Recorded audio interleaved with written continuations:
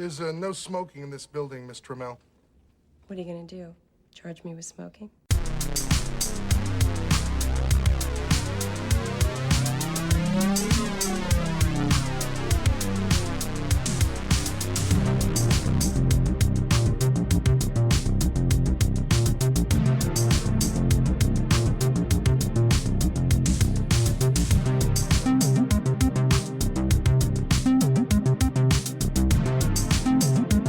Hey everybody, welcome to the show. Thanks for listening as always. Today we're talking about Basic Instinct from 1992, a movie that made had a lot of controversy that we decided ultimately wasn't worth the fuss.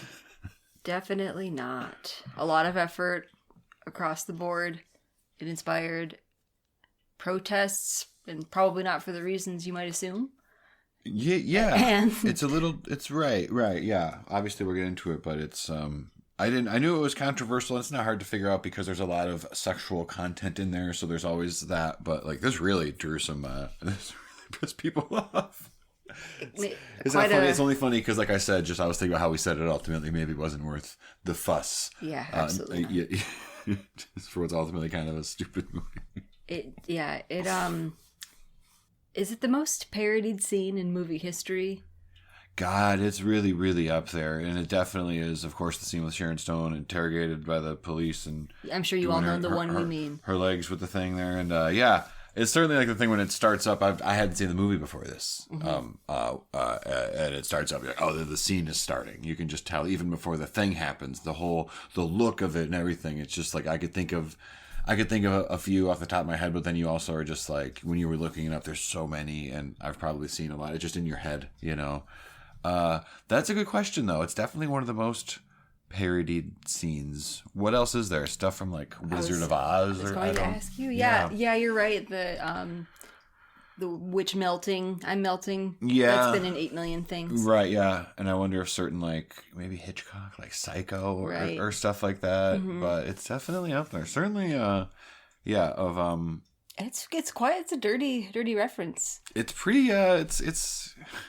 I don't know. I'm sure when they were we talked about this a lot. I was like, man, they really just made this to be like, man, people are going to fucking freak out when they see this. Like, there's an element to that. You might argue that it's immature. I might even agree. I don't know. But, it's like, yeah, we're going to have a movie and people are going to have sex. You're not going to know if they're going to kill each other or not. It's just like, it's all very, To give it a nice little overview, maybe a hook is, it's the scene that got one person a role in Jurassic Park, and another one, their custody of their children taken away. Mm-hmm. So, if you can believe it, maybe Same we scene. should bum. Yeah. I don't know, throw a little music cue in there.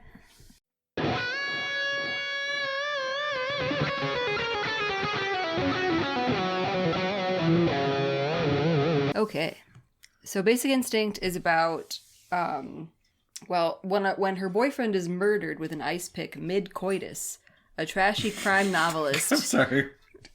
A trashy crime novelist becomes the prime suspect. I'm so jealous that you got to say mid-coitus and I didn't. I'm sure you'll have many opportunities. And there was one. Yeah, I just did it.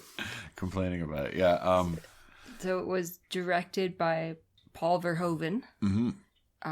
You might know from directing RoboCop, Total Recall, Showgirls, and Starship Troopers. Other things too, but those are the ones that I wanted to mention. For sure.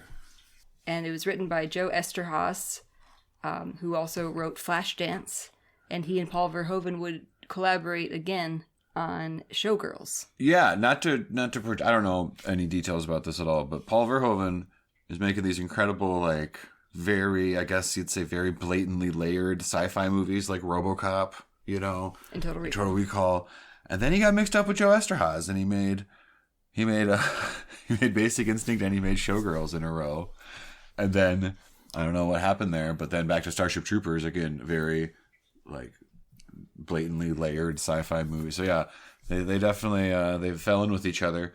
And Basic Instinct was a hit, and Showgirls has become something of a cult hit, right? So very much their collaboration is it endures. I think Showgirls has a reputation as being known for the worst movie ever made. It's got that. And if you've seen it, it's an earned title, I think. Is it not a hoot though? Right? Yeah. It's a kind of a slog. It's long. You're right. There's moments that it's like absurd and over the top, but you're right. As like a feature film, to sit down and watch it as kind of a gag or something is really.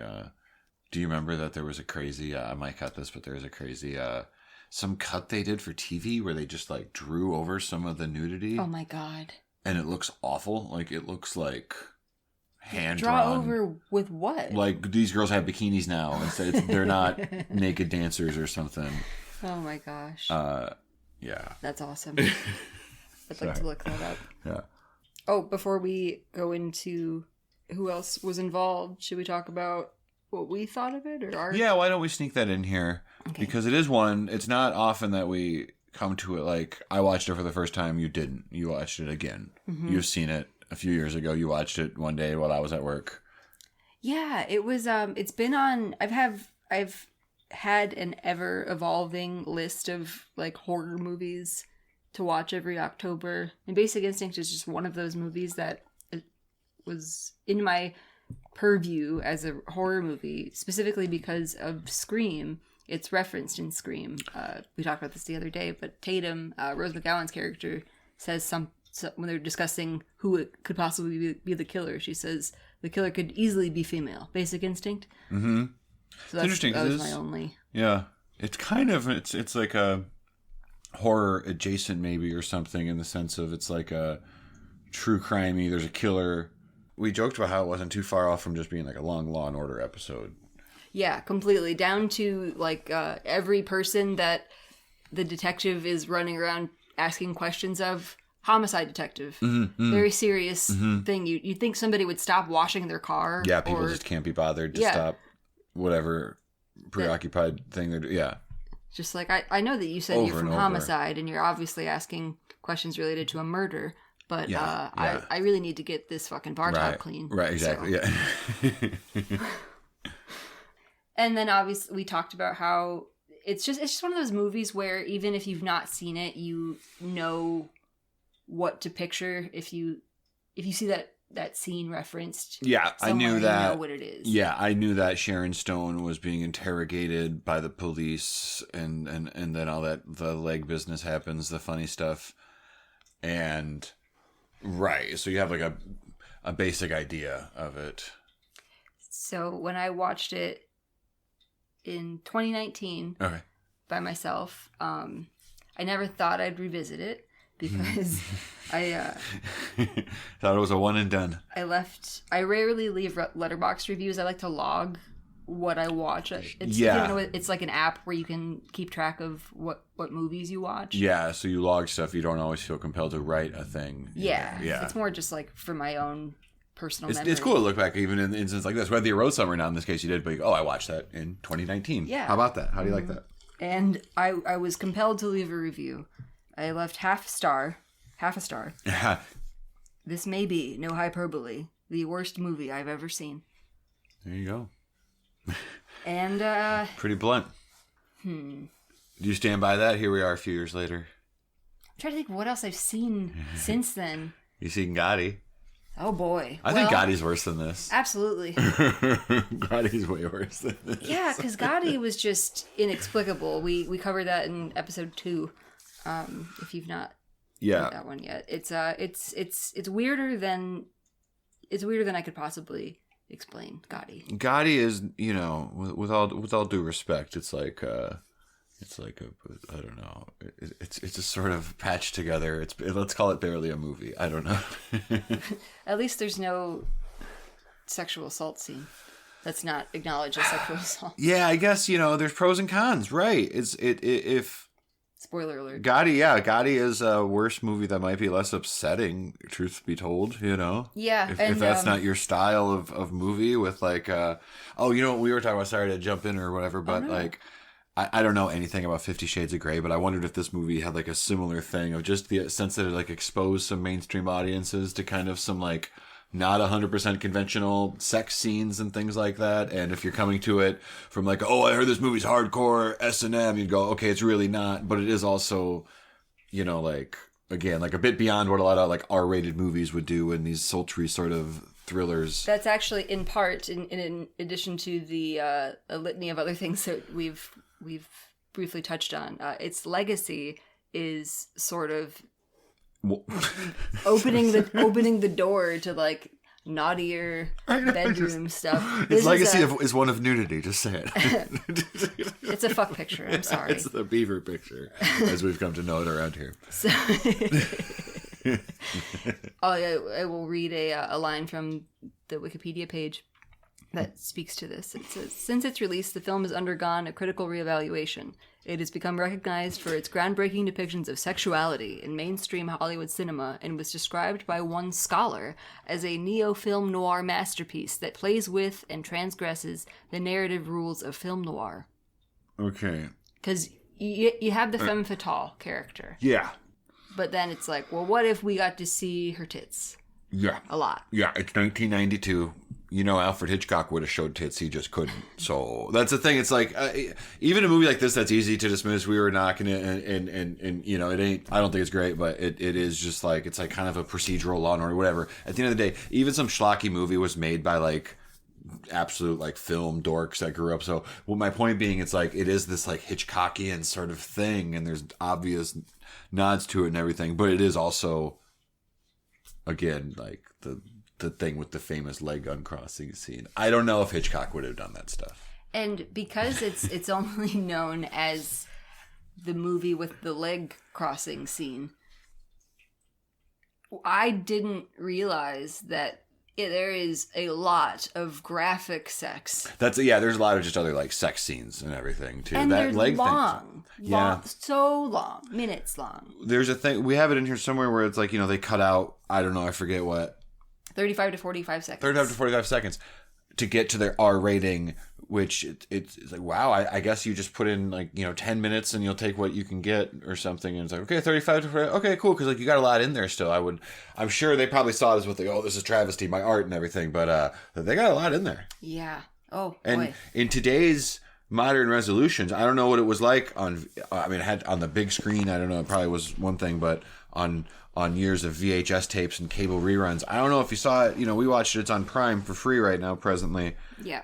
You see some things. So, of course, there's some blatant nudity, but there's some shadows. Some shadows, some moving and turning and vantages, things happening. It's not since we watched our Blu-ray of The Terminator, and when Arnold comes to Earth naked, you really can see how naked he is in a way I wasn't aware of. Probably nobody anticipated being able to see that. It's just a different, yeah. So it's the whole thing. Yeah. So, that being said, is there a reason why you didn't ever seek it out? Just one of those. Yeah, not not really. really. You'd seen it already. Yeah, I guess it's just like it's not hard to tell. So from a child's perspective, like again, when I saw all kinds of movies as a kid. That's just not hard to peg. As like I don't want to watch this. I certainly don't want to watch this with my parents. I don't want to ask my parents if I can rent this. I don't want to watch this if my parents walk in.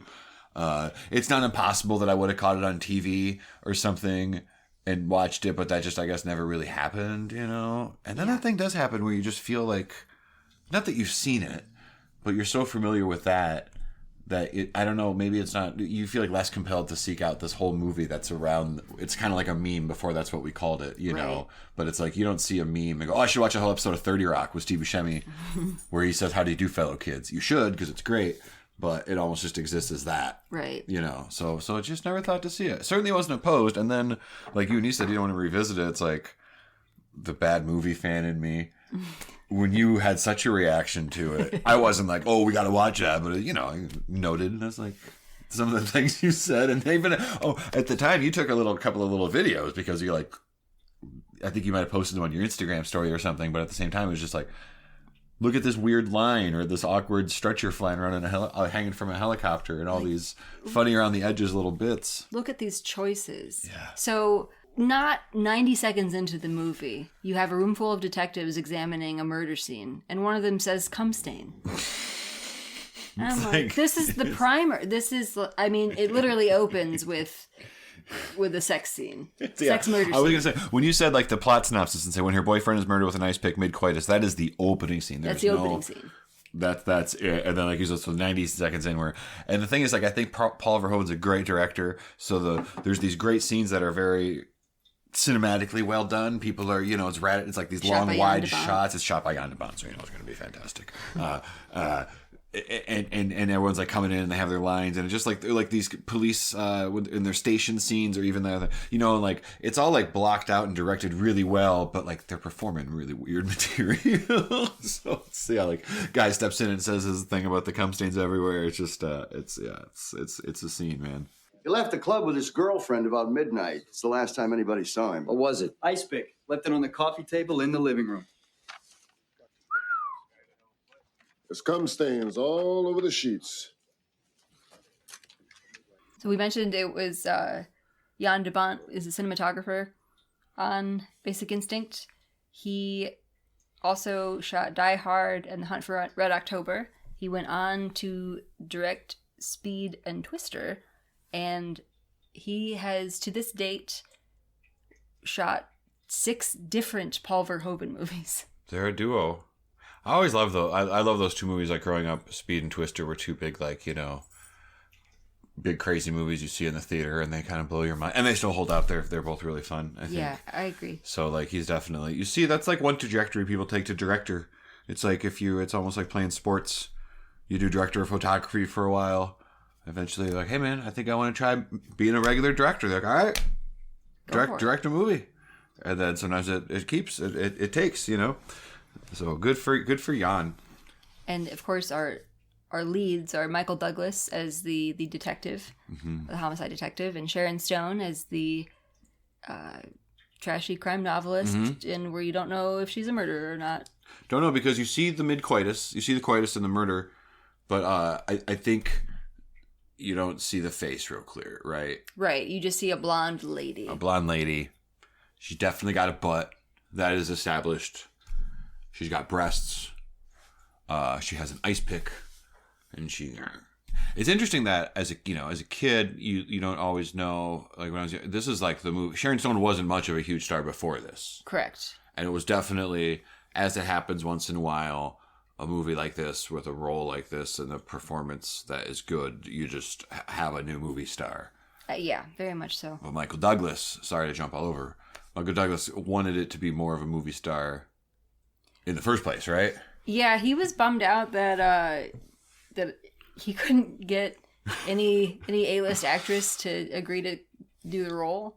They were all a little spooked away. You had said when we were talking about that before, that you said, like, I understand, because it is like they were hanging their ass out there, literally and metaphorically, a little bit, right? Yeah. Where he speaks to it. He said he didn't think Sharon Stone was a big enough name, and he was determined to have another A-list actress to star opposite him. He said, I need someone to share the risks of this movie. I don't want to be up there all by myself. There's going to be a lot of shit flying around. And I think he might have meant something very specific when he said shit flying around. Yeah, I didn't mean like controversy, or does he just mean like, again, like we're going in, we're filming, Jan de Bont's crawling into bed with a camera, and we're just flopping around in there. You see a lot of Michael Douglas. It's more than I expected. Yeah, he's 47, I believe. Yeah, you have a certain barometer of like, there's this much nudity that they do in an R-rated movie, or like violence or whatever, and it really trounces all over that. It's funny because he has a point and everything, but we just think it's funny, and a few things about that I think are funny. Just like he might have a point, but it's a tough look when you're also trying to get people to like do those scenes with you. Like, I think we need like, well, can we get one of the most beautiful women in the world? And then we were just having a lot of fun. Michael Douglas kind of comes from the school. I'll try this. I'll see how it goes. But like, I really am into doing like I like doing like a Jack Nicholson voice, because I read a thing about Jack Nicholson, how he would try to stand out in a movie when he was doing smaller parts. If you just take the scene and you take your line and it's not that interesting, but you just slow it down a little bit, then it's like, whoa, everyone's like fucking hanging on this guy, and he's not even doing the big monologue or the big scene stealing thing, but suddenly you're like, what's going on with this cat in this scene, right? So I don't know if that's an impactful performance thing that other people did, because then we always joked about Christian Slater as kind of like a Jack Nicholson light. When He you is get that, completely doing Jack Nicholson. when you tune that in your brain and you watch a young Christian Slater performance, you're like, oh, okay, this is like if Jack Nicholson was in Heathers. was in like a high school guy or something. Yeah. Yeah. Hey man, what's it like? What class are you in today, huh? I don't know how to do it more on the Christian Slater side, but Michael Douglas has a bit of that. There's a bit of a deliberate pacing or something to that, like. Hey, Michelle Pfeiffer, do you want to do a movie where we bone 4 times? I don't know if that works. Kim Basinger said no. I can't do it. I'm trying. I just think it's all going to sound like my Jack Nicholson, anything I try to do. But they were turned down by a lot of actresses. So I said Kim Basinger because that's who Michael Douglas wanted. She was the first one to say no. He was cast early on. And then he also suggested Julia Roberts and Meg Ryan. They both said no. And then subsequently, production, Paul Verhoeven, and producers were turned down by Michelle Pfeiffer, Gina Davis, Kathleen Turner, and Mariel Hemingway. And this is an incomplete list. All of those people, it's just insane to think. It's weird. Like Meg Ryan doing the leg crossing scene. I guess she did in the cut, not that many, well, like 10 years later. Yeah. Or when. It just, about 10, 11 or 10. It just, I guess it's really just hard to picture anyone else. Julia Roberts is another one. It just seems like... Why'd you even ask her? Are you joking? Just if you ask, then it can be talked about forever like this, you know? So funny. All it says is suggested Julia Roberts. That's just like, it's crazy. He's just going through the magazine in his house, just circling. Julia Roberts fucking a guy and stabbing him with an ice pick. All naked half the movie. I don't know. Wow. I know. But, so obviously Michael Douglas eventually agreed or relented to Sharon Stone's casting, and she had previously played Arnold Schwarzenegger's wife in Total Recall. So that was a pretty prominent, that was a big movie, a good role, not the lead by any stretch, but a pretty good part. Yeah, and So she made an impression on Paul Verhoeven. He said, "The face of Sharon Stone goes from diabolical evil to the most sweet and lovely expression as possible. That transition for me was so notable. The evil in her eyes changes into the love of her life in a couple seconds." Yeah. And he said that look, that ability to change from like loving to evil pretty seamlessly is like why he wanted to cast her. It makes sense if you look at just like that's exactly what she does in both movies, is kind of like switch gears or channel, or like what am I revealing now or not? Yeah. Mm-hmm. Pretty good. She goes on to be obviously maybe it goes without saying, maybe not, but just absolutely great in Casino a few years later. Yeah, she won an Oscar for that, right? Nominated. At least. Great movie. Great movie. And then also in there is this actor whose name I can't pronounce. George Dzunda as Gus. Gene Triplehorn and Wayne Knight. Newman himself.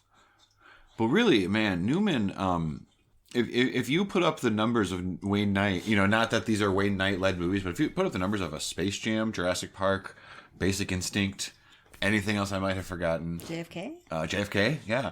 The receipts on this guy. Wayne Knight, I don't know. Maybe he's been in other movies that didn't really go off too, but just saying, he seems like Rip is going absolutely mad back there. Yeah. She got a cone on and she's trying to chew a bone. It's just a mess. But poor kid. Yeah, and then the Velcro's exposed on the outside of the cone, so she gets stuck on things. Not stuck, but she pulls it around. She can't find it. She's innovating new ways to disrupt the podcast process. Yeah. It's pretty impressive. We put the podcast cone on her head. No, unrelated. So the budget for this movie was $49 million. I would imagine most of that went to covering Michael Douglas's phone bills, begging actresses. Yeah, this was the era of long distance still. That's a lot. 49 feels like a lot for like the early 90s. Come on, just be in the picture. Hey, Michael Douglas, did you see Wall Street? Well, why don't you watch Wall Street? I'll call you back tomorrow. We wanted to make Fatal Attraction, but with more butt cracks. That's right. I'm sorry. Okay. But anyway. Yeah, no, there were butt cracks. We want to do more. Hello. Okay. This movie made an absurd amount of money. It was like one of the movies of the year.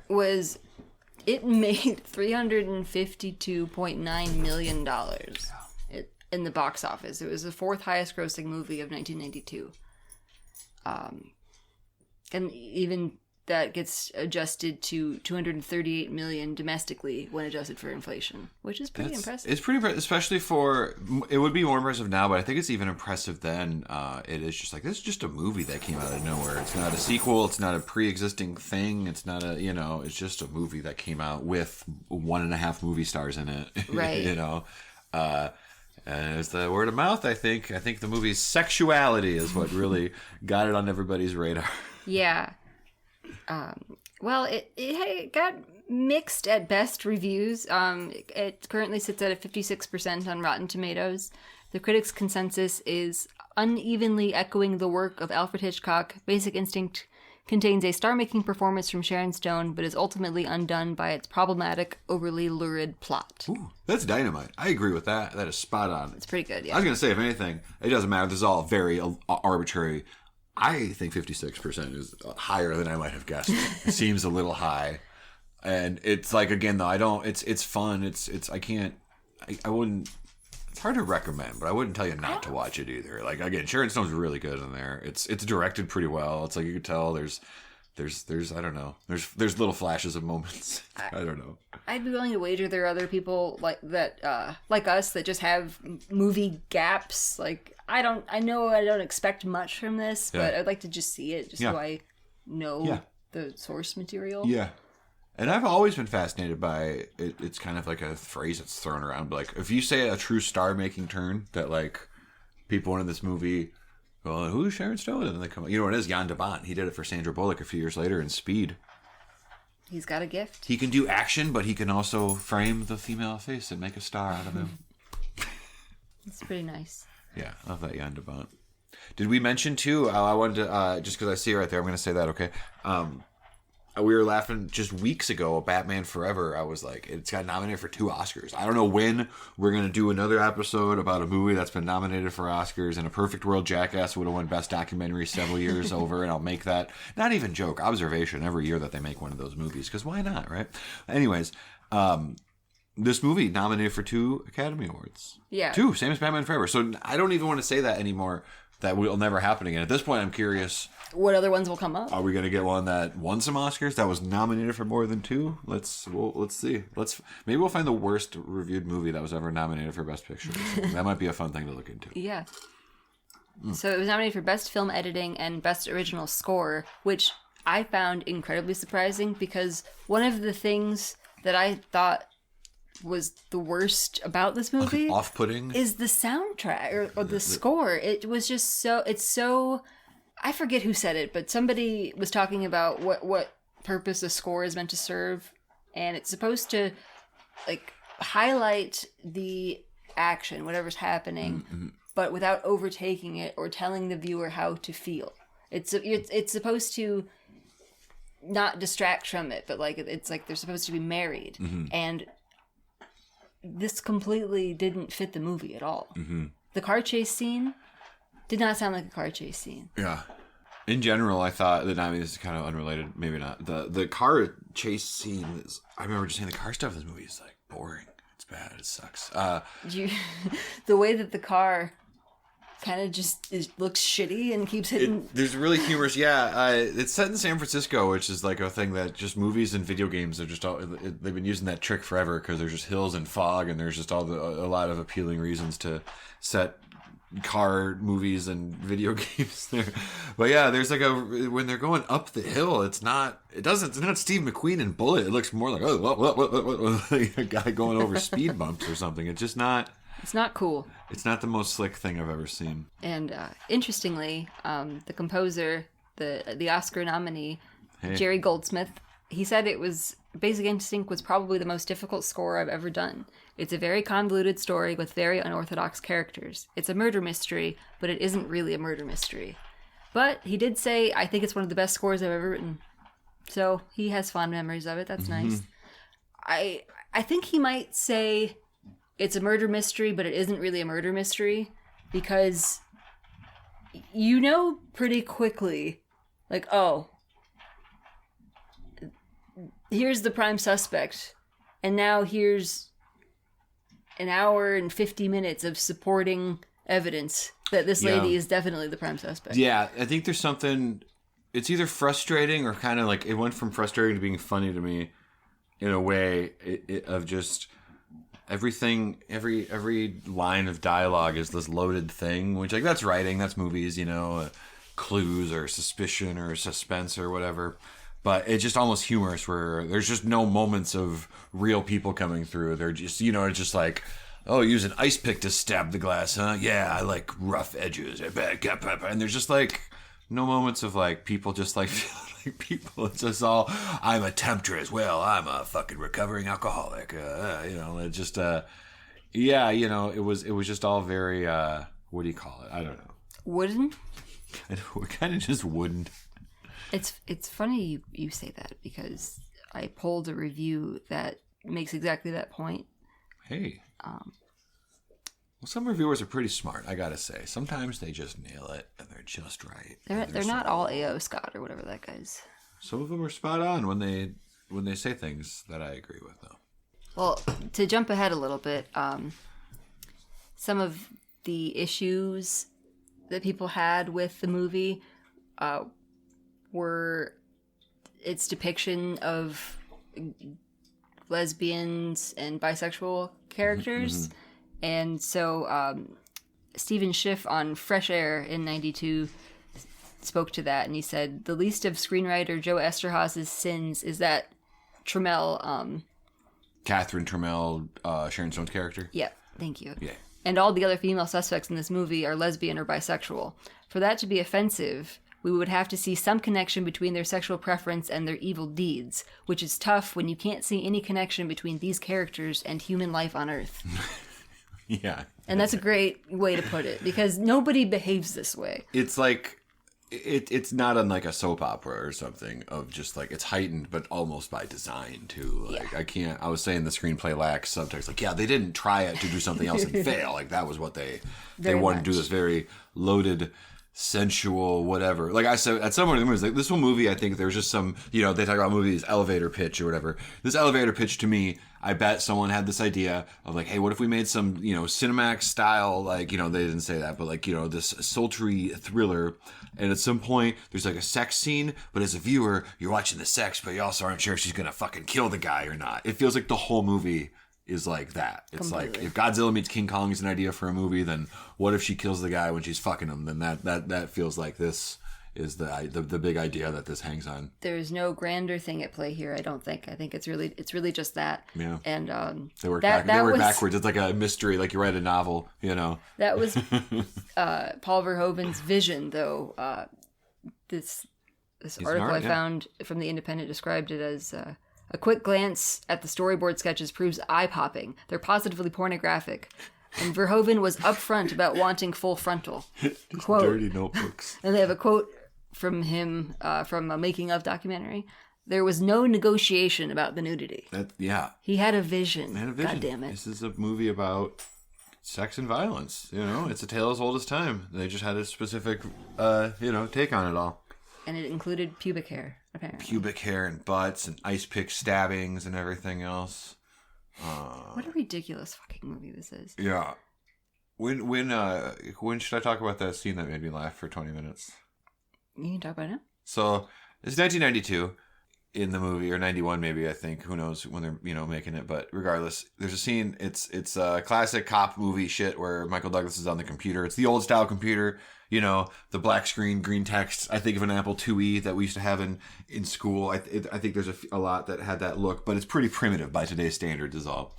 And he's typing in the very primitive, I don't even know if it's like accurate or they just make up some fake software for the movie, but he's typing in information and getting results about people in the computer database. Mm-hmm. And I really literally, it was so funny to me because it's funny anyways, but it just went with this thought I had so amazingly where I was just thinking, Because again, it's so primitive. It's like I'm sitting here. This computer does probably about 3 things, and I'm doing one of them. You know, it's like I was like, what a primitive time. The computer's so much more innocent here. You know, it's just this like thing. It's like you had a fax machine, a copy, you know, whatever, and your computer you can do some stuff on.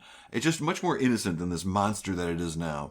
And then his partner Gus walks in, and I'm going to paraphrase it, but he's like, "Hey, what are you doing in there? You're jacking off on the thing?" So it's just like the assumption is that he's in there doing like dirty stuff on it. That's always been our instinct. That's always been the thing with like I don't even know. You just what could you possibly be reading doing? about like people getting arrested for public nudity or something? What is the allegation exactly? I thought it was so funny. It was one of those things where like we laughed and then you looked at me later and it was kind of that like you're still laughing about that. Just like it's just. But also the dialogue in the movie is just absurd. So it was just a lot of different factors. It really just floored me that as I was thinking about, man, what a simpler time.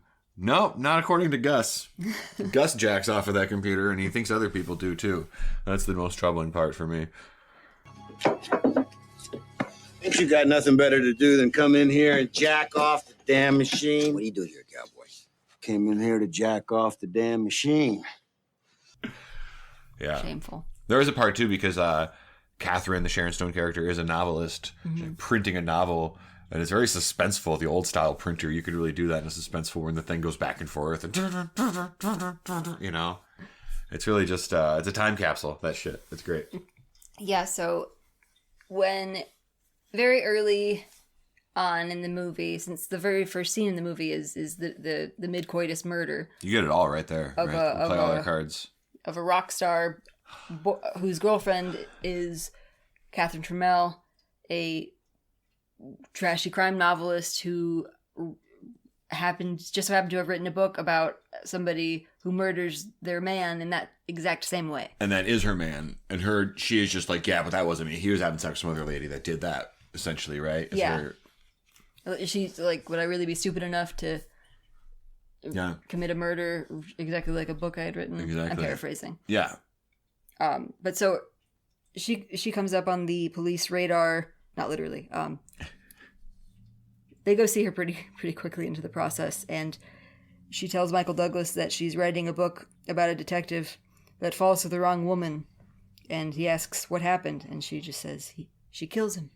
So then that's sort of what we're doing here, and it's like it's all very comical because so here's a woman who only kills people that she's having sex with actively. Perhaps. We think. Accusedly. Possibly. Allegedly. Wouldn't an easy way to avoid being murdered for Michael Douglas, the homicide detective, simply be to stay away from this woman? Yeah. Not fuck the person you're pursuing? That's kind of Gus's whole thing, right? He's a really bad cop. Yeah. Michael Douglas. He's a really bad cop, and not even in a way that sometimes bad cops come through and you're like, I like this guy. Right. He's not redeemable at all. Dude. He's like he's really like he's very weak, you know? Like he's portrayed as someone who is, I mean, you know, people fight their demons and everything else, but it's just like, I don't know, people just pretty point blank for all the reasons you just said are just like, again, paraphrasing, it's like, dude, I don't think you should get mixed up with this girl. Hey, I'm gonna get mixed up with her. Also, can I get some booze down here because I'm breaking my newfound sobriety? And again, his friends are just like, hey, you sure, man? Like from that point of view of like, we're drinking too, so we can't say too much, but everything you're doing just seems like a disaster. And you find out that he's in recovery, and he's on shaky ground with the police force because he killed 2 people while on duty. In a shootout, innocent, friendly fire, right? Tourists, two tourists. Some tourists. 1 second, you're taking a picture. Next minute, Michael Douglas is shooting. You're going, there's no way I don't get suspended for that. And then he's in some sort of internal affairs assigned psychology, and he's with the psychologist. Yeah, so there's a Dr. Melfi type role. Yeah. This was, like almost a decade before. We don't think The Sopranos ripped it off from here. But no, just more for reference's sake. Like, except for she's no Dr. Melfi. And they get together. Yeah. which I would have to think compromises some of the mental therapy, the work you do. Oh, I'd say so. When you are also, having that weird basic instinct sex. Amazingly, there was a bidding war over this script. It was a hot script. Joe Esterhazy was a hot screenwriter. Joe Ester, yeah, yeah. He was like one of the guys for a minute there. It's kind of bonkers. So he ended up selling the rights to Carol Co. Pictures for $3 million. $3 million. $3 million words. American human dollars. Words on a page. For Basic Instinct. Yeah. That's inspirational. And really. then they have sex with each other. I mean, there's more to it than that. And there's a mystery, but not really. But this is like, you think about, this is a smutty screenplay. Paul Verhoeven had his smutty storyboards. And hey man, it's an R rating, party time. I'm just saying. After, it was NC-17 until he cut 40 seconds out. That's what you do. You probably throw in the most heinous stuff. And then when you dial it down, you're just left with what you wanted. Pretty It's fun. an old trick. Oh, but if you couldn't believe it, the script for this movie that inspired a bidding war and earned a man $3 million, it was written in 13 days. It's inspiring, right? And I guess he lied about it. I found Joe Esterhazy's 10 Golden Rules of Screenwriting, and they're as great as you can imagine. But for brevity's sake, we'll just talk about number 6. Always lie about your first draft. I told people I'd been working on the script of Basic Instinct for years when I sold it for a record price. When the movie became the biggest hit of 1992, I told the truth. It had taken me 13 days to write it. Yeah. There's some real, he talks about, it's a real, the kind of guy that would talk like that is also the kind of guy who's like, hey, no disrespect, you have the 4th biggest hit. But now when he's talking, he's like, hey, when it became the biggest hit of the year, I was like, well, okay. It wasn't the biggest hit of the year, it was the 4th, which is great. But also, it's like, Writers should be accurate. Rule number 8, never miss a chance to inflate yourself. Probably, I haven't looked at all the rules, but I feel like that probably ties into one of the others or something. Yeah, they're all worth following, I would imagine. Mm-hmm. And a detail that I thought was just perfect. So Esterhazy and his writing partner, who also served as a producer on the movie, Irvin Winkler, they left production over a disagreement with Paul Verhoeven. He wanted to make the film more sexually explicit by adding a lesbian love sex scene and showing body parts, quote, in various stages of excitement. Okay. I'm not sure what that means. I'm glad that they didn't provide further details. I know what it means. Oh boy. Okay. But Esterhazy said that when he wrote the script, he wanted it to be a psychological mystery with the love scenes done subtly. Every love scene begins with the words, "It's dark. We can't see clearly." And boy, did that go out the window at some point. There's nothing subtle about it. There's some things you see in this picture that are not subtle. Agreed. There's some parts In various stages of excitement. of Michael Douglas you see. Yeah, there's a silhouette of Michael Douglas you see at one point where it's like, whoa, dude, okay, good for you, I guess, but come on. I said they could have called this movie Ball Street at one point. Okay. Look it. Here we go. And now. So then Gary Goldman was subsequently brought on board to rewrite the script 4 times at Verhoeven's suggestion. However, by the 4th draft, Verhoeven himself acknowledged that his proposals were undramatic and really stupid.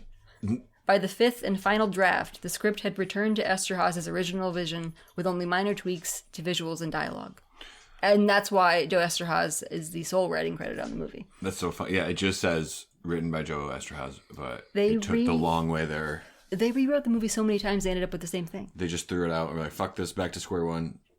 We didn't know how good this was, or at least hard to fix. Or they're like something's off here, but we couldn't come up with anything better. It's like is the result they got to. You get it into your head that the couch will be better in a different spot, so when you move it all around, you go, Nothing's actually, right. Yeah, nothing's right. Yep, you're right. This is a couch of a movie. Except for this is $49 million. Yeah, but wow. it made like $300 billion. Yep. Sharon Stone, Michael Douglas, Wayne Knight. Amazing, really. Mm-hmm. So the infamous interrogation scene was all shot in one day, which I thought was substantial just because It's not very much time. Yeah, it's one scene, but there's a lot of different shots and a lot of different people and lines and just a lot going on. It's lit in a very specific sort of way and all that. So yeah, they did good work, I guess. I think later I saw, not to skip all over, but in your notes I saw later they talk about some love scene taking 2 days. Yeah. And I just remember thinking, oh geez, you'd think you'd want to just like get that shit done as quick as you can. So just, I guess at least they only made Sharon Stone do this for a day. I don't know. So there's actually a point of contention with how much of Sharon Stone is exposed.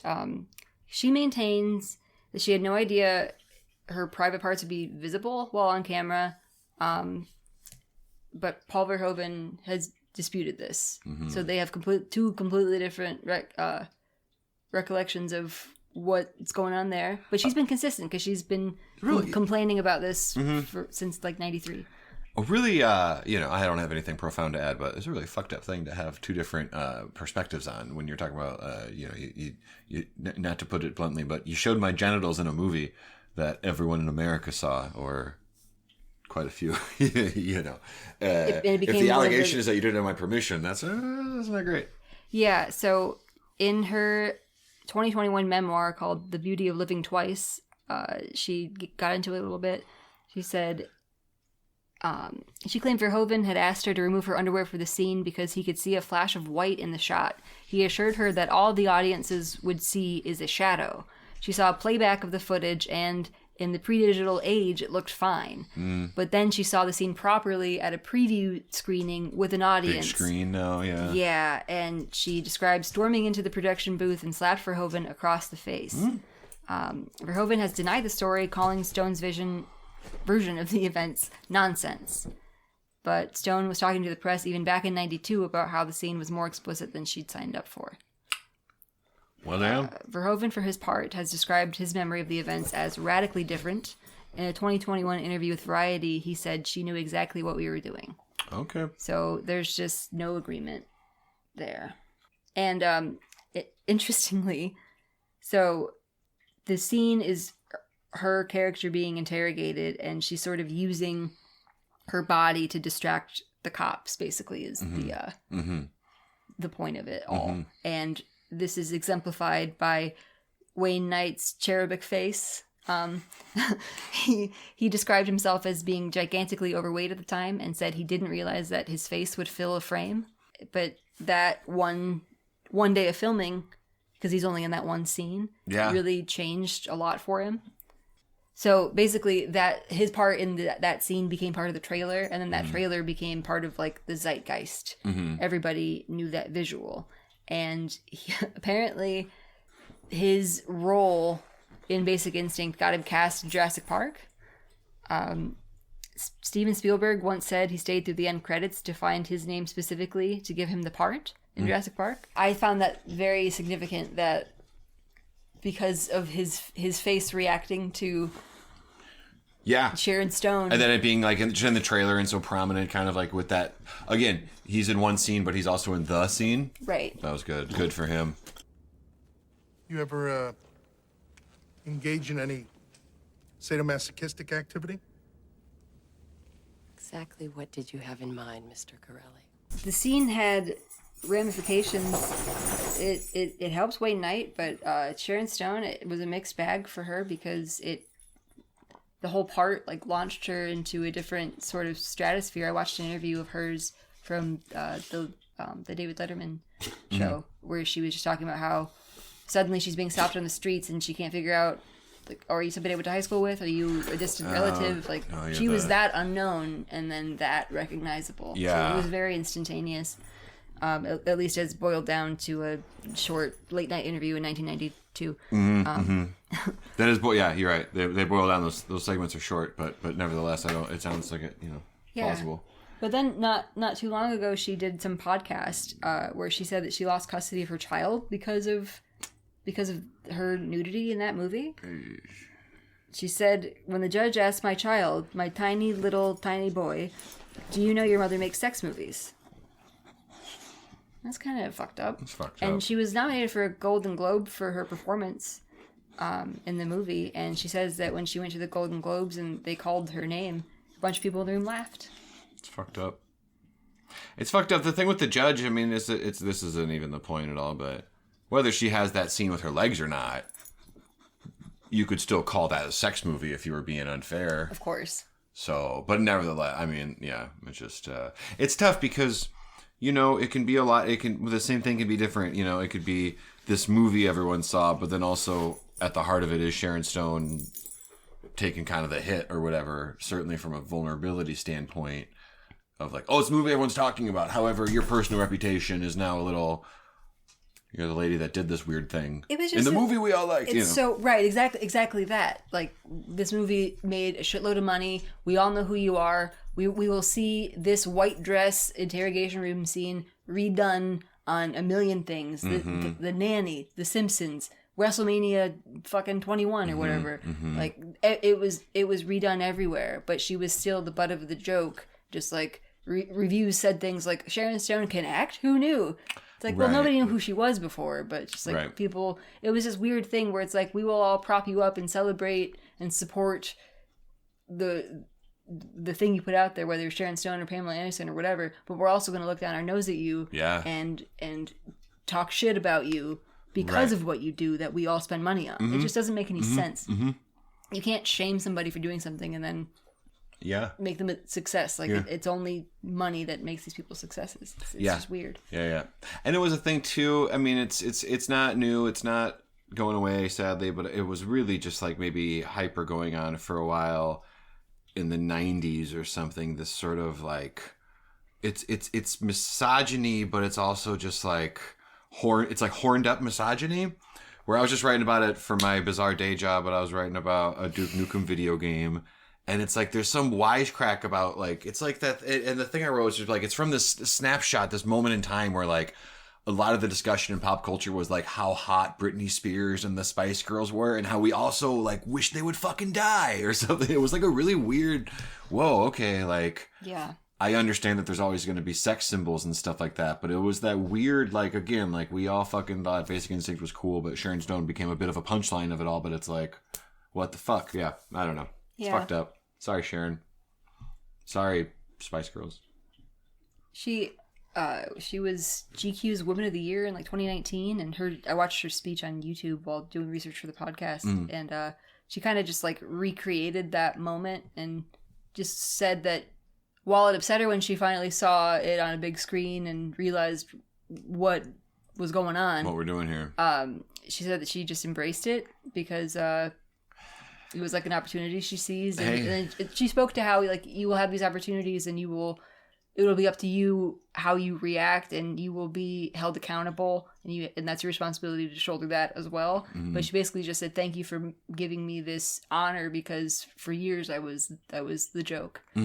Just like, man, that's a lot of weight for one person to carry, and it's just fucked up that it just seems like every few years for a time there was just a new woman that became the butt of that joke. Yeah. And I'm glad that so many people are realizing that now, but you do still see that. So just like, maybe you should just not be so harsh towards people like that. This is just really unfair, and it does get back to them somehow. Absolutely. But anyway, the Beaver picture. Yeah, not without its controversy beyond just that scene.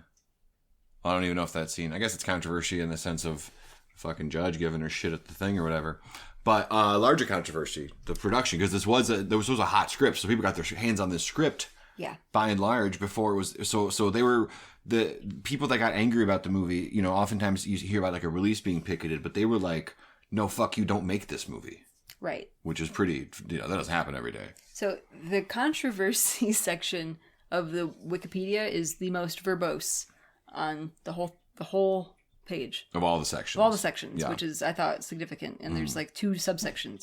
There's at the time, and then there's renewed. Renewed deals mostly with Sharon Stone's perspective on that whole scene. Yeah, that makes sense. And then the contemporary section is all about the protests that disrupted production. Yeah. And it was basically start of production, activist groups, like Queer Nation, the Gay and Lesbian Alliance Against Defamation, they all took issue with it being another movie that pits gay and lesbian characters against heterosexuals and makes those characters into the villains.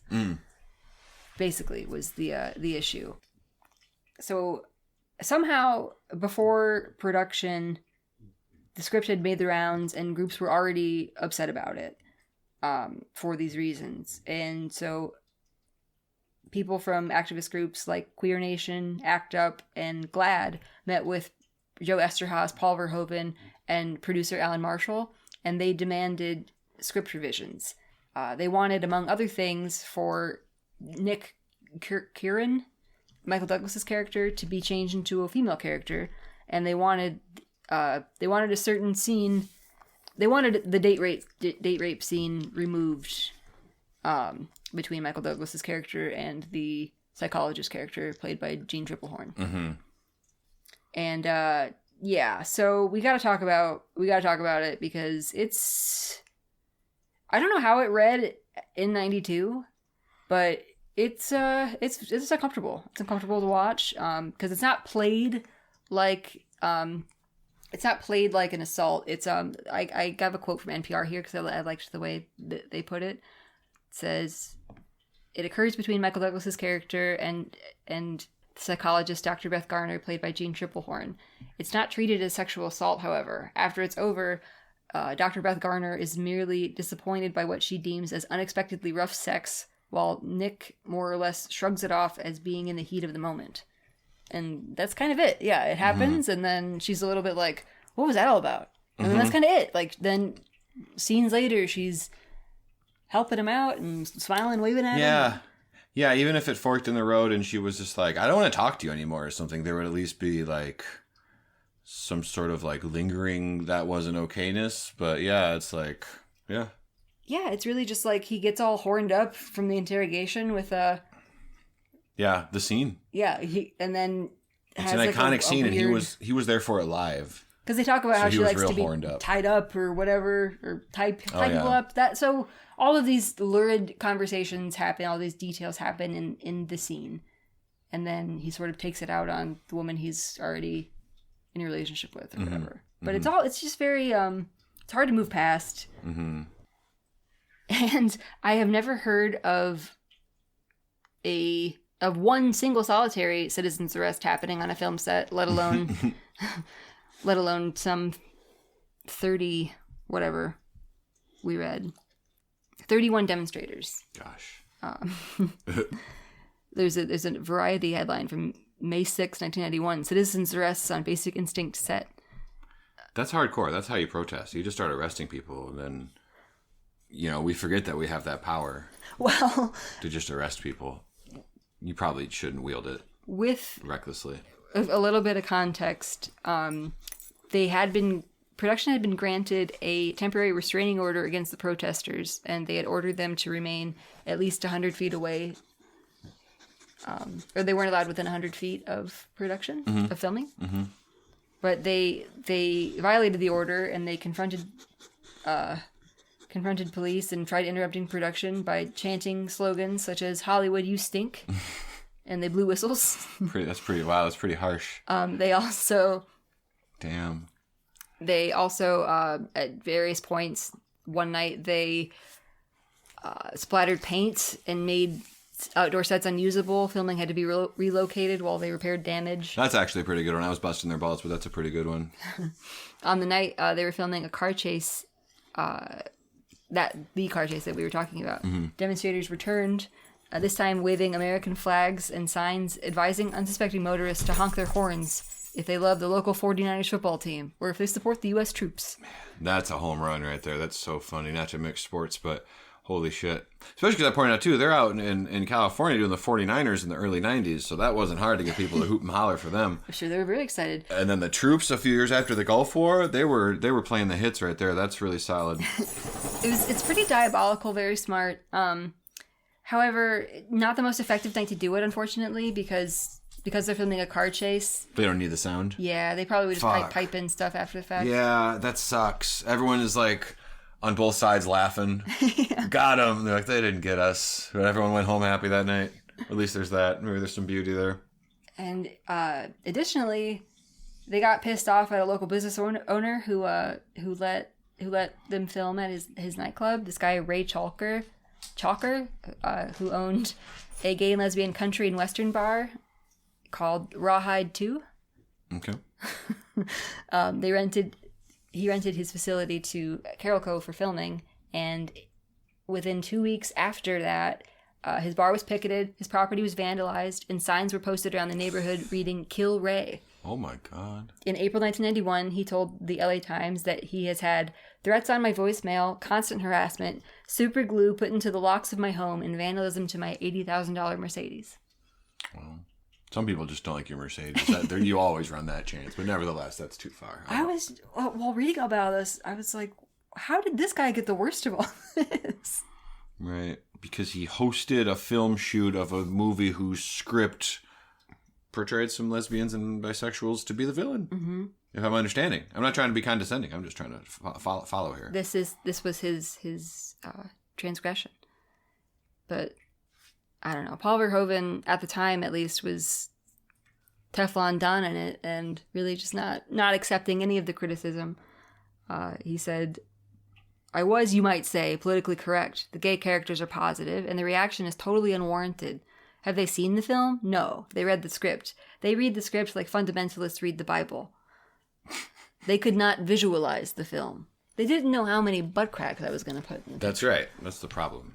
Maybe it wasn't clear in the script or something, too. I don't know. That's too bad.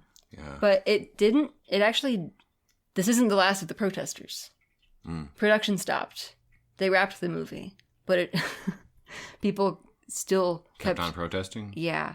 So after production ended, they launched a campaign called Blank Did It, spoiling the movie without a blank.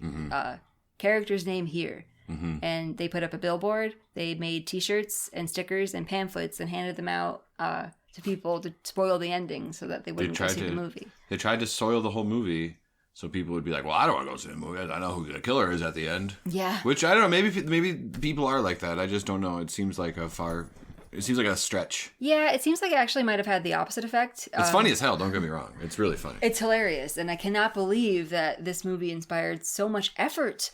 So much effort. People got really fired up about this movie. A March 1992 Hollywood Reporter item speculated that the controversy only contributed to the opening weekend box office. I just was going to say, everyone's just talking about this movie. Everyone's going to go see this movie that you have to believe. And I'm sure it got, I heard this movie where fucking you can see this or that. Or, I can only imagine. It was the second biggest opening weekend after Wayne's World. Look at that. That's ridiculous. So many people went to see this movie. Mm-hmm. Oh, and it was doing Wayne's World numbers. A few weeks into the movie's theatrical run, Sharon Stone hosted Saturday Night Live. Oh, yeah. And she parodied the interrogation scene, of course, in her opening monologue. According to reports following the broadcast, hecklers could be heard interrupting Stone during her monologue in protest of the film's misogyny and depiction of lesbian and bi villains. The show continued, and 6 people were arrested. NBC replaced that version of the monologue with footage from the dress rehearsal for reruns of the episode. Wow, 6 people were arrested because they were so fired up about Basic Instinct. All the respect in the world. Hats off to you and your passion. You got arrested because you were so fired up about Basic Instinct. You went and harassed Sharon Stone at the live comedy taping that was also on NBC. Like, you fucked up the whole TV show and this whole, again, just making sure I got all my facts straight. I cannot believe that this movie inspired so many strong feelings. And it's just like a bad movie about Michael Douglas, fucking everyone. Yeah. That's it. Kind of it. And his friends are like, don't fuck her. And he's like, I think I'm going to fuck her.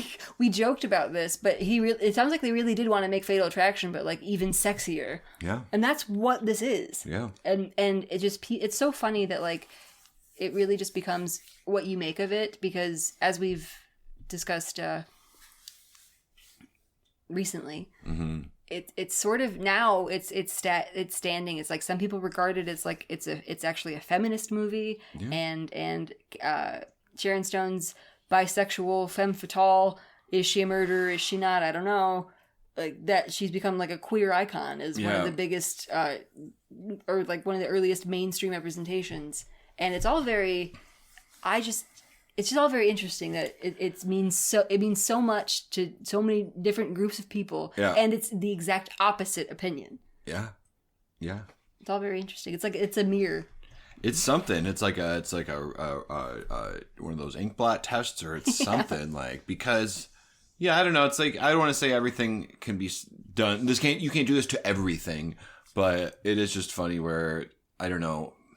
I guess I just don't have that kind of brain where you start to say, well, this movie seems to think that all the bisexual people in the world are evil or something. I just don't make that leap to like, well, what is this movie saying about the world? It's like, I think they just like tried to write a good story, and they're like, hey, you've seen other movies, so sometimes a movie zigs and ours is going to zag. And I don't even mean this movie in particular. I just mean that practice of like, completely. Well, this movie seems to think that everyone in the world should be distrustful of it. It's like, well, because one character worked at this kind of store, we're you know, like, just like one detail suddenly is like, it's a movie. You don't get 5 years of television. You get 90 minutes to tell a story. So like, sadly, if there's like one female character, it doesn't necessarily become an essay on all females. Yeah, exactly. Like, that might not be the role of that character. Right. And I think that's fine.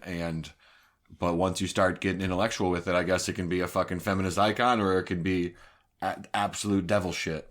You know, I don't know. Yeah. I liked the way Elvis Mitchell on NPR's Weekend Edition in spring of 1992, at the time, I think he captured it pretty well. He said, I think the activists are sort of missing the point. I don't think the movie is just anti-gay or misogynist. I think it's misanthropic. Yeah. It's not some people it has a problem with. It just thinks all humans are bad. It is kind of, you know, like, it certainly didn't get originated in the 90s, but I think there's like a bleakness to a lot of what were actually very popular movies in the 90s. Like, one of them is, like, you go back to like Seven, like, that is like the darkest, most twisted movie, and it was a huge hit. The star power and stuff helped, but things like that and this are like fucked up, violent movies that were really, really big hits. And it is like that misanthropy. It's like, this is just a dark, scummy movie. And I don't mean it in an insulting way. I just mean like, it exists in a world where like there aren't good and bad people. This isn't that kind of, it ain't that kind of movie, kid, as we say around here. It's just like a dark, twisted, you know, little thing about fucking and killing, or whatever, you know? Yeah. And like, I don't think it's got some axe to grind against a minority group necessarily. And if you want to argue that there's an irresponsibility to the representation when they could have used more representation, that, oh, well, they're just always the killers and there's always a thing, then you know, I get that. I get that, sure. If you had a more diverse group of people working on the movie, that would help. And these are things that like have been corrected. Like, it's not, you're gonna get a more wide perspective on things because you have people from all different kinds of backgrounds coming and making shit now. Right. And maybe the lesson here is like, if your movie is inspiring so much negative feelings and sentiments from the groups that it's about, maybe it's worth at least taking this into account a little bit. Yeah. But it's also, it is just interesting that we've been having the same arguments collectively as a society for at least 30 years. And I think there's something about that scene, too, of the scene itself takes on this context. Everything we've talked about, the scene is about Sharon Stone going, yeah, you're not going to pay attention to fucking anything else because I do this. Right. Or at the very least, I'm going to kind of manipulate you a little bit or something because of what I'm doing, exposing myself to you in this sexual world, is going to be like the dominant thing, you know, and now I have all the power and stuff like that. And that's like kind of what happened in real life a little bit. Like, you know, it was like the men of the world collectively were Wayne Knight sweating and their jaws hit the ground and everything else. But also, you know, it is just like there's a self-awareness to that scene that is echoed later in its reception. And right? She also even speaks to that a little bit in the movie itself. Like after her character, Michael Douglas's character, become involved, she tells him, I don't know if I have the words exactly, but like, I'm not gonna tell you all my secrets just because I have an orgasm. Like, you're only gonna know what I want you to know. Yeah. And it's like, as the audience, we know that to be true. Like, oh yeah, this guy is completely in over his head. And that's kind of cool, that power dynamic. It's just like, I think when you say it's hard to picture anybody else playing that, because it's hard to picture anybody else being able to exude that, like, I'm in charge here without even really doing much. Right. I guess that's maybe what I was getting at too. It's like, in that scene, she is so aware that people aren't going to, like, you're not going to get past this. This is going to be the defining thing of this interaction. And that really became true of, like, it as a movie, as a whole, you know. But also, it's like, well, then you also put it in the marketing and everything else. So those decisions were made along the way to also really go hard with it, you know. But, yeah. Yeah. And it's interesting, sort of the femme fatale through line of, like, maybe the first example is Adam and Eve.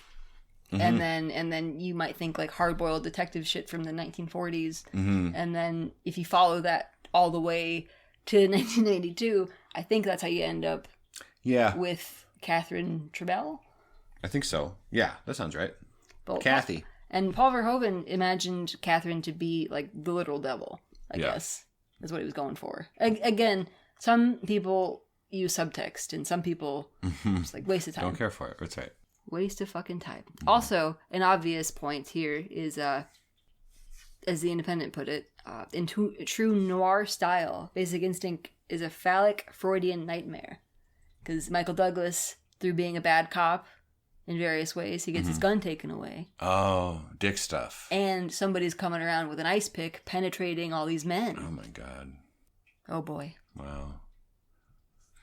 You're not safe from the phallic interpretations. That's what I think about sometimes. It's like, so what? Should we just go light everyone on fire? And like, no, it's dick stuff. Maybe it is. Maybe it is. Just saying. I don't know. Yeah. There's only so many ways to kill a guy. And if you're going to do it quietly, a lot of them are going to be fucking pokey. I don't know what to tell you. You know? Yeah. I guess you could strangle a guy. I guess if you ever write a movie about murder and you innocently think, oh, they'll stab us, careful, that might be read as a sexy thing. So just make sure they choke him. Although then choking, that's got some. Yeah, you're right. You know, you could say, oh, pretty heavy duty way to kill someone when you could have just stabbed him. Why so sexual? You know, that's what I think. You get enough scholars, you turn them loose, everyone's gonna get every point made out of everything. And yeah. And I guess when you make stuff, and you have to just be okay with that possibility that people are going to interpret this however they want to. That's just got to be the byproduct. Not even the byproduct, but like the you know, the consequence, the result. I don't know of. A lot of people see your shit. It's just the end result is some people are going to misinterpret it. I don't know who is misinterpreting it, but someone's going to go, what? That's not it at all. So where does this leave us now in 2023 with Basic Instinct? It seems like now it's conceived as pure joyous trash, perhaps not so joyous depending on who you are. Yeah. Even Paul Verhoeven has since conceded that it's a nonsense movie. It's fair. It's elevated by the fact that it's shot by Jan de Bont, and my opinion on its soundtrack is not the defining one. It is Oscar nominated. You're not in the Academy. You don't see eye to eye with the Academy on that one. It's one of the only universally praised things about it. Yeah. So, and it did. There is a Basic Instinct 2. I know very little about this, but I just saw earlier that it lost a lot of money, is all I really know. It was supposed to start production in 2001. It did not. In 2001, Sharon Stone agreed to come back, but Paul Verhoeven and Michael Douglas both said no. Production wanted Benjamin Bratt to be the male lead, but Sharon Stone had final say on her co-star, and she didn't go in for Benjamin Bratt so much. 86 on Ben Bratt. Yep. And then Robert Downey Jr., who was still in a more troubled phase. Yeah. He was offered the role, but he said no. He said no. Yeah.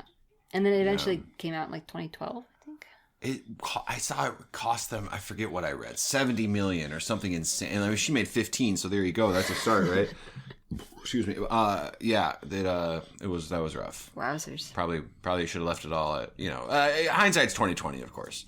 But Basic Instinct 2, I don't know.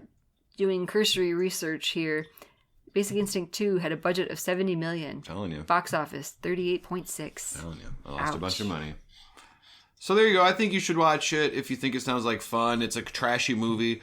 Even with it being a trashy movie, it's over 2 hours. I could have done with 1 or 2 less scenes of them asking someone something and then they drive somewhere. Like I said, the Law and Order sequences of just like policemen doing police. And I like the busy scenes in the police station where all the cops are yelling at each other. I love shit like that. But more, like I said, the two guys out doing cop stuff. It just, one or two too many scenes. Probably one or two too many sex scenes. Ultimately, I get that there have to be some, but it's just like the movie runs a few more laps than it has to, I think. We joked about this because it's often the tell of a bad movie or TV show when they show you characters drive up in a car, get out of the car, arriving, walk up to a door. walking, right? Where it's like, why didn't you just show them going to the door? Why do we need all this? Yeah, you'll never ever watch a movie and be like, yeah, they live up the road on 2nd Street, and then if there's just a quick cut to a knock on the door, and then you know what I mean? Well, what the fuck? Where'd they fucking park on 2nd Street or not? Like that would never. That's never gonna happen. Just What's show happened? me. You can just get there. That's fine. But no, I mean, there's so much of that. It's there's a little too far much. Too long. Yeah. If you take out the nudity and the overlong stuff and the awkward car chases, there's some pretty funny dialogue in the 12 minutes that remain. There's some pretty good scenes with Gus. Oh, I forgot to mention, no news broadcasts exist that covered the citizens' arrests on the set, unfortunately. Oh, yeah. But I did find one picture of an old lady protesting, and she had a sign that said, "Basic instinct basically stinks." There you go. Isn't that adorable? Not the worst way to end it, I don't think. I don't know. Do you have anything else we should say? One of our dogs wants to, knock something over or anything before we're done. I mean, at this rate, they've been... Oh, here we go. We'll go for a walk. We'll go for a walk. The special edition DVD, the collector's edition, came with an ice pick pen. Oh, that's pretty slick. That's more of a fun great. fact. We need more. That's the thing. When we lose physical media, we also lose fun little knickknacks. I didn't... That went with them. I don't like this movie, and I still kind of want to buy. The ice pick thing. Yeah. Yeah. It's fun. It's just an absurd thing. And we, if nothing else, are fans of the absurd. Mm-hmm. Thanks for hanging out with us while we talked about Basic Instinct. I hope it was the podcast of the century. We never said fuck of the century. Yeah, I was trying to not.